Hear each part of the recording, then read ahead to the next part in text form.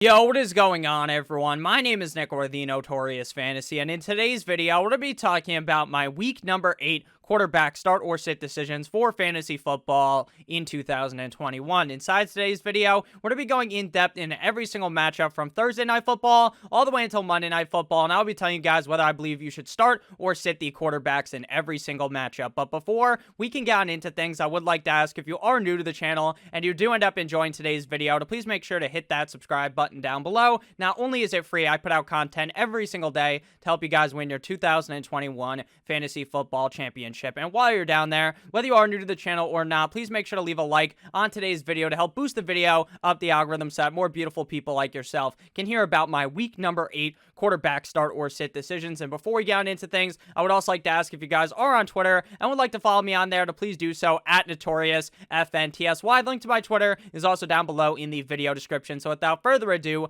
let's get into my week number 8 quarterback start or sit decisions. We begin with Thursday Night Football between the Green Bay Packers at the Arizona Cardinals. The Packers are going to be down Davante Adams as well as Allen Lazard. But if you take a look under the microscope into how Aaron Rodgers has performed without Davante Adams, he is actually 6-0 in games without Davante Adams. Does that mean that Davante Adams is the downfall to the Green Bay Packers organization? Of course not. Obviously, Aaron Rodgers would prefer to have Davante Adams out there because Davante Adams is such a dominant wide receiver game in and game out for the Green Bay Packers. But at the end of the day, even with this lesser tier wide receiver core for the Green Bay Packers, I still think that Aaron Rodgers will be able to get it done. I think this could be a relatively high-scoring back-and-forth affair between two solid offenses, the Green Bay Packers and the Arizona Cardinals. So I will be starting Aaron Rodgers. You want to play Aaron Rodgers every single week. Maybe you do want to bump him down a little bit on the rankings. Maybe he's not a guy that you would have ranked in the top 5,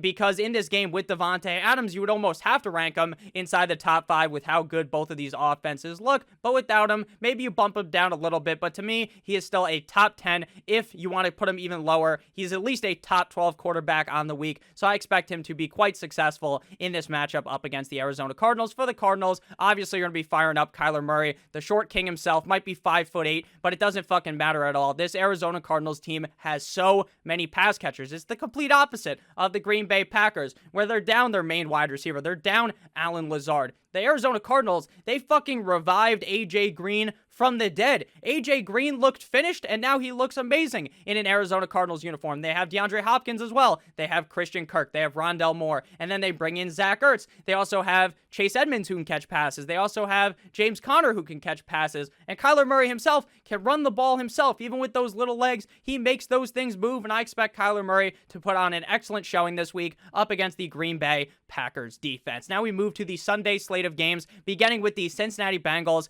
at the Jumbo Jets. In this one, you're going to be firing up Mr. Joe Burrow. Joe Burrow absolutely skull-fucked the Baltimore Ravens defense last week. Just imagine what he's going to do to the Jumbo Jets. The Jets defense is atrocious. They got soaked by Mac Jones last week, and now they're going up against an even better offense in the Cincinnati Bengals. The Cincinnati Bengals completely did a full-on 180 from last season going into this year. Joe Burrow looked pretty solid when he was healthy last year, but he definitely took a huge step up this season. Going up against the Jets is just a wet dream matchup for Joe Burrow. I expect Jamar Chase, T. Higgins, CJ Uzomah, maybe even Tyler Boyd will have a great game in this matchup. This is a non-contest at all. Joe Burrow should easily eviscerate that Jets defense. For the Jets, is it going to be Mike White? Is it going to be cool Joe Flacco? Who gives a fuck? Because regardless of which quarterback ends up getting the nod to be the signal caller of the team, you don't want anything to do with that. The Bengals don't have the 85 Bears defense. They're not the best defense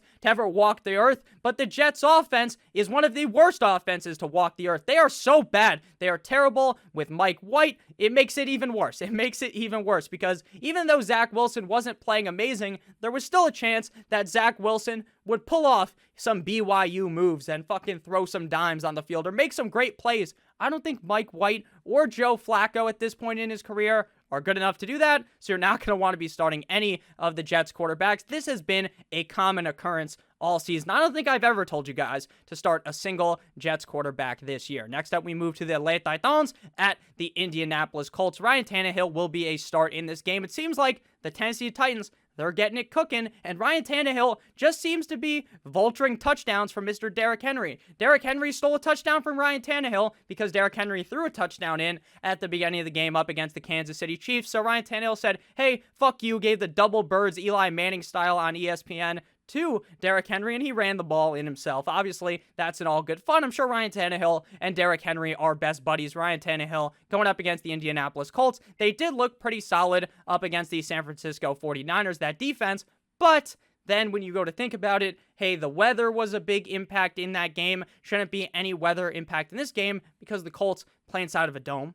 So no weather issues there, so I expect Ryan Tannehill to have a very solid showing this week. And it seems like A.J. Brown has really broken out of his shell, broken out of his cocoon. And recently, A.J. Brown has blossomed into a sweet butterfly. It took a while, but it's finally A.J. Brown's season. He was shitting on him last week and the week before because he had food poisoning, but he was also shitting on the defense last week. I expect a solid showing from this Titans offense, so I will be willing to start Ryan Tannehill. Now, his upside is definitely limited every single week by the fact that I wouldn't be surprised if Derrick Henry just ran a train on the Indianapolis Colts. I'm talking about Derrick Henry rushing for 150 yards, rushing for 2 touchdowns in this game, but that's kind of the downside every week with Ryan Tannehill, but I still do think this is a solid matchup, and with how Ryan Tannehill has kind of looked to get better and better as the season goes along, I think Ryan Tannehill should be in for a solid spot up against the Colts. Carson Wentz looked pretty good up against the 49ers, even with it being a messed up game via the weather. Carson Wentz did have a costly interception. I think they actually counted that as a fumble, where he basically just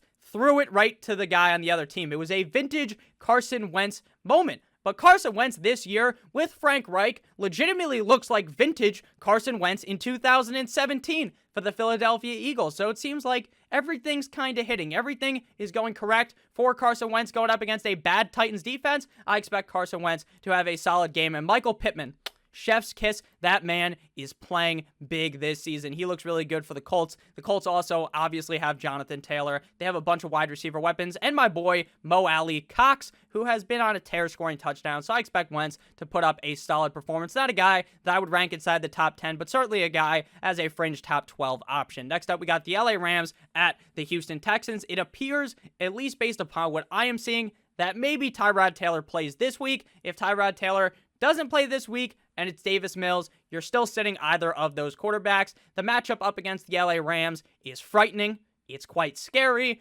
and Davis Mills obviously fucking sucks. He does have a huge neck, though, which is cool.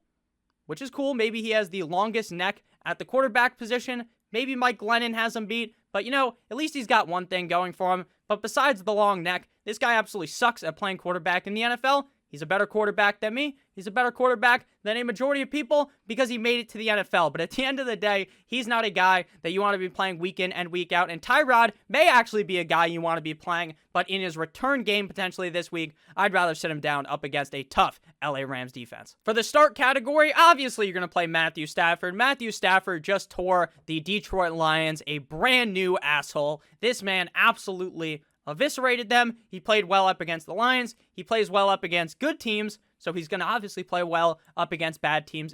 Expect another healthy dosage of Matthew Stafford on Sunday up against the Houston Texans. This guy is just an absolute animal in Los Angeles with Sean McVay. Next up, we got the Pittsburgh Steelers at the Cleveland Browns. In this one, I'm sitting both quarterbacks. Now, it's kind of just like with Tyrod Taylor in Houston, where it feels like Baker Mayfield is going to return in this game, but I'm not 100% sure just yet. I'm not going to sit here and tell you guys, hey, it's 100% that Baker Mayfield is playing, because I don't know that. But my best guess is that he will play, and I think he's still banged up. I don't know why he's coming back. He clearly wants that fat contract, that fat bag from the Cleveland Browns, and who blames him, right? Who doesn't want a huge-ass fucking contract from the NFL? I know I do, but at the end of the day, Baker Mayfield hasn't been that amazing thus far this season, since he ended up hurting his left labrum up against the Houston Texans, I believe in week number 2 of the season. He's a fine quarterback. He's actually a pretty solid NFL quarterback, but the difference between a solid NFL quarterback and a solid fantasy football quarterback is pretty different, because Jalen Hurts doesn't look like a great NFL quarterback, but he's great in fantasy football because later on in the game, he gets all those points in the fourth quarter. He's the garbage time king. He runs the ball a lot as well. Baker Mayfield, he's a guy that basically Kevin Stefanski just says, hey, Baker, just don't fuck this up. Just go ahead and hand the ball to Nick Chubb. When Kareem Hunt's healthy, hand the ball off to Kareem Hunt. Dump the ball off to Kareem Hunt. Just don't make any mistakes. Just don't overthrow Odell. Just don't overthrow Jarvis Landry. Just don't throw interceptions. And guess what? We're going to mosey on out here with the W. And that's all fine and dandy for the NFL. And it's okay because Baker's a good NFL quarterback. But for fantasy football, the guy fucking stinks because he doesn't throw the ball enough. So even if he is the starter, there's no way I'm starting him. Big Ben Roethlisberger has looked pretty decent as of recently. At the beginning of the season, it seemed like everything was hitting just the wrong way for Big Ben Roethlisberger. Like, this guy couldn't hit a receiver if he was like 5 feet away from him. Now, the only receivers he could actually hit were Deontay Johnson as well as Najee Harris, because they seem to be immune from Big Ben playing like shit, but all the other wide receivers, they were not immune from that. He was sailing balls over Juju. Juju was getting pissed off on the sideline. He couldn't hit Chase Claypool either, but as of recently, things have started to look a little bit better for Big Ben, but up against the Browns, I just don't really want to be starting him, because I think the Browns do have a pretty solid defense, and Big Ben just isn't all that enticing to be starting in fantasy football. Next up, we got the Philadelphia Eagles at the Detroit Lions, and in this one, I'm going to be firing up Mr. Jalen Hurts, quarterback of the Philadelphia Eagles, because we just talked about it. I don't think that Jalen Hurts is necessarily the answer for Philly. He hasn't had that many games played, though, so I'm not going to tell you that Jalen Hurts is a bust because he's actually a pretty fine quarterback. But at the end of the day, even though I believe that the Eagles might fuck around and lose this game to the Detroit Lions, I still believe that Jalen Hurts will get a lot of fantasy points. The Lions' defense isn't very good. Jalen Hurts, very good at running the ball, very good at getting garbage time points later on in the game. Shout out to Blake Bortles, who was notorious for doing that. Jalen Hurts, probably better than Blake Bortles, but, you know, he's still a start-worthy quarterback every single week. You just close your eyes, you plug your fucking nose, you don't listen, you don't even look at your phone for the first 2 quarters of the game, the first half of the game, the first 3 quarters of the game. You come back, you check your phone at the end of the game, the guy has 20-plus points. He does it every single game. He's not great, but he's great for fantasy football up against the Detroit Lions. Jared Goff, on the other hand, don't want to be starting him. Do not want to be starting him for fantasy football. He's fine for the team to have some value, right? One of these wide receivers will have value. Hawkinson has value. Swift has value. But Jared Goff, nah, even up against the Eagles, I just don't want to be starting him. Next up, we got the San Francisco 49ers at the Chicago Bears. But before we get into that, if you guys have ended up enjoying thus far, please make sure to hit that subscribe button down below, as well as leaving a like on today's video. It helps me out a ton. I will be sitting both Jimmy Garoppolo as well as Justin Fields in this game. We saw Justin Fields crying on the sideline last week. Tough scene up against the Bucs. Matt Nagy has COVID. Maybe that helps the Bears. Maybe now Bill Lazor has ultimate control. Who gives a fuck, though? The Bears are a dumpster fire. The Bears' offense sucks. Allen Robinson needs to skedaddle out of town. He doesn't need to be there anymore. This team stinks. This team is a dumpster fire. The Chicago Bears are a terrible team. Their offense is atrocious. Doesn't matter. Well, actually, Khalil Herbert's pretty good.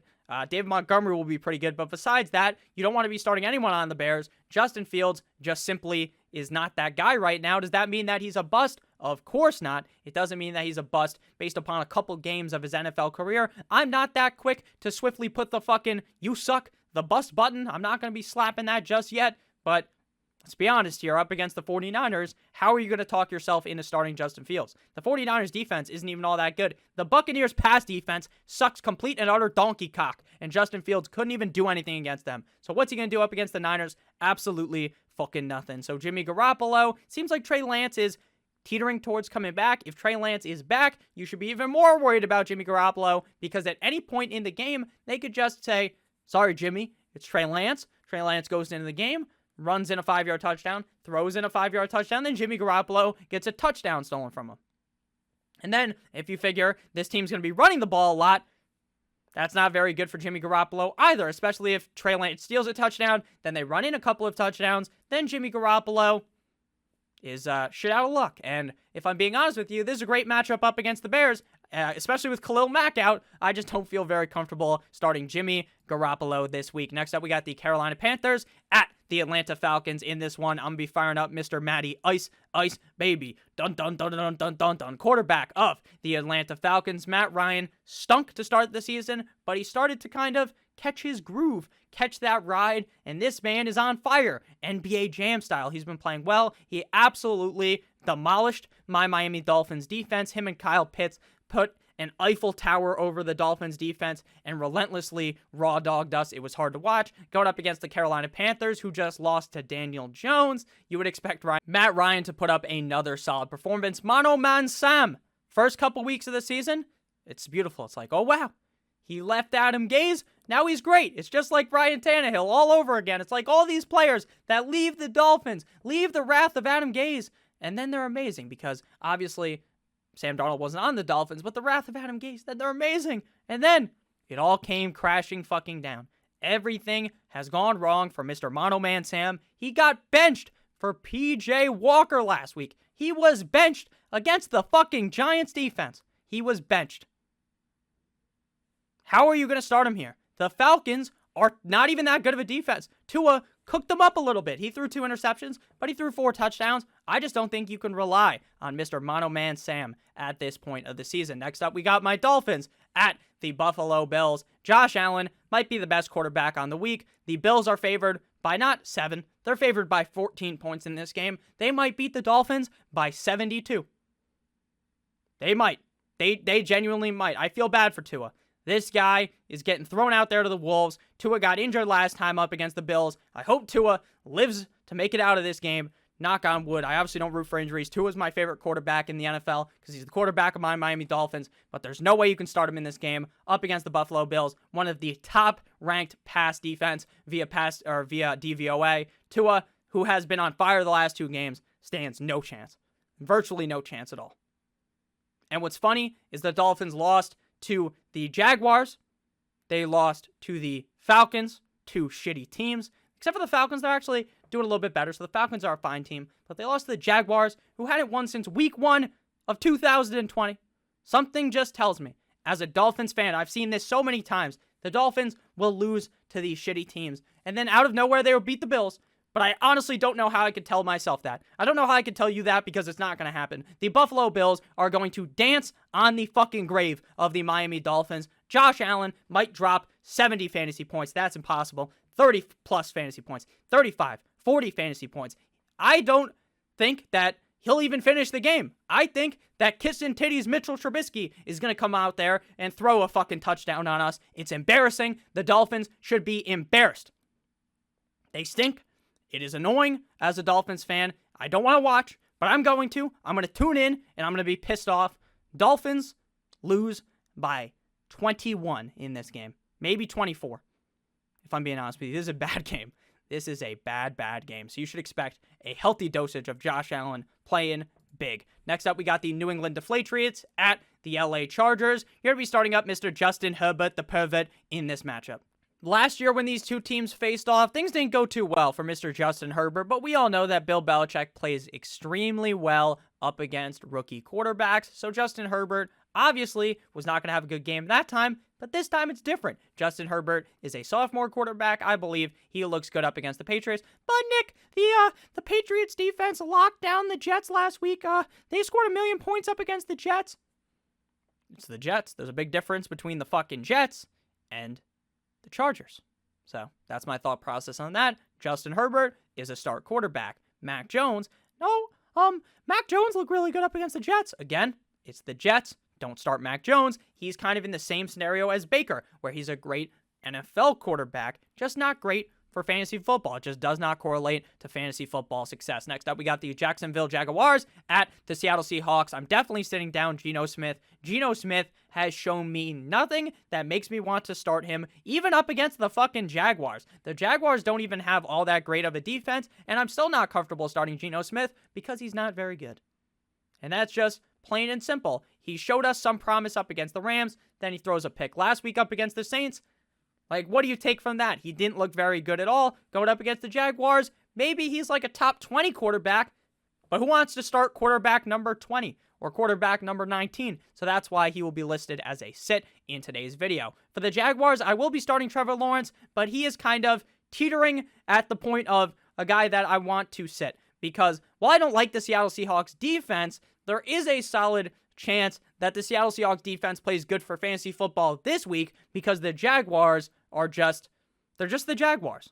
Meaning, even when you think that, hey, maybe they could beat the Seahawks, they're still the Jaguars, and they end up fucking it all up. So I like Trevor Lawrence a decent amount in this game, but I do understand the risk because he's on the Jaguars. But I do expect him to finish as a top 18, maybe even a top 15 quarterback on the week. Next up, we move to a game between the Washington football team at the Denver Broncos. In this one, we're going to be sitting down Taylor Heinicke, and it has nothing to do with Heinicke. It's just that this Washington football team offense sucks complete and utter cock. They cannot do anything in these games. Every game, they play like shit. They haven't been doing anything. Heinicke has been down tremendous. He had a kind of uptick game last week, but that's because he rushed in a touchdown and had so many rushing yards. Do you expect him to have that many rushing yards every single game? The answer is no. So I'm not starting Taylor Heinicke until this offense looks a little bit better. Then boom, I'll throw him back in because I like Taylor Heinicke. He's a fun quarterback to watch. It seems like he's always trying to every quarterback's trying to win, right? But it seems like he's always trying to just will his team to success. It doesn't typically work, but he is still a fun quarterback to watch. So I will be enjoying watching him up against the Broncos, but for fantasy football, he's not a start-worthy option. Teddy Two Gloves, Teddy Bridgewater, Horsecock Teddy going up against the Washington football team. The Washington football team's defense is atrocious. Teddy Bridgewater should be able to put up a solid showing in this game up against that defense. Last week, the Denver Broncos did look pretty solid up against the Browns. It's just that the running backs got all the glory. They got all the touchdowns, but maybe this week they have a more pass-heavy attack up against the Washington football team. Jerry Jeudy likely to return. I don't love that necessarily for Jerry Jeudy to start him in fantasy football this week, but that is certainly a help for Mr. Teddy Two Gloves. Next game here, we got the Bucs at the New Orleans Saints. A Jameis Winston eat a W, steal a crab, revenge game up against the Buccaneers. Famous Jameis Winston, baby. I love Jameis Winston. I love him up against the Bucs. He didn't look great last week because that game, it was the kind of a bad weather game.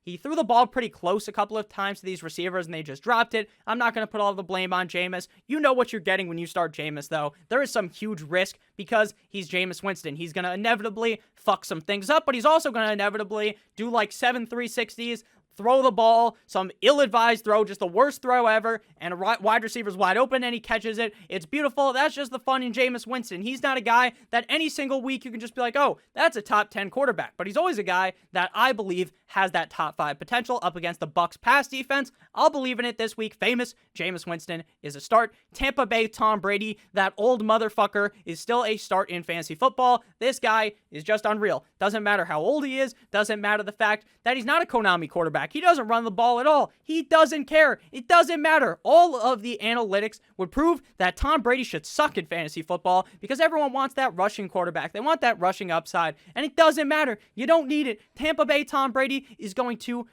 maybe not destroy the Saints, but put up a pretty solid showing. He's a guy that I wouldn't be surprised finish inside the top 5 on the week. Next up, we got the Dallas Cowboys at the Minnesota Vikings, and what could be a slugfest. Dak Prescott, he's a guy you start every single week, right? He's one of the better quarterbacks in the NFL on an amazing offense. Amari Cooper, CeeDee Lamb, Ezekiel Elliott, Michael Gallup, Dalton Schultz. Looks pretty good to me. Sounds pretty good to me. Going up against the Vikings defense, you would expect a solid game for Kirk Cousins. You like that? Mr. Kirk Cousins going up against the Cowboys. The Cowboys are a team that can push the game. They can push this to be a high-octane game, a high-scoring game, and the Vikings will have to crawl their way on back into the game, thus giving Kirk Cousins a start-worthy matchup up against a tough Cowboys defense.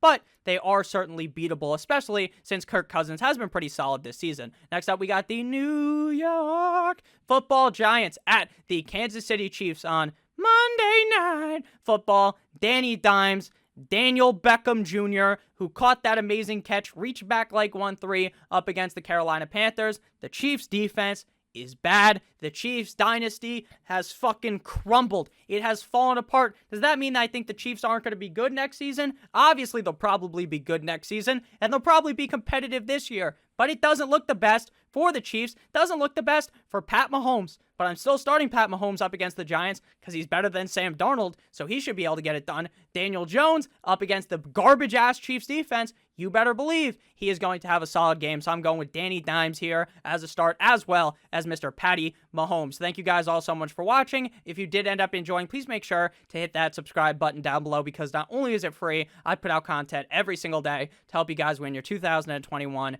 Fantasy Football Championship. And while you're down there, make sure to leave a like on today's video as well. It would help me out a ton. I love you guys all so much. I hope you have a great rest of your guys' day. And as always, good boy.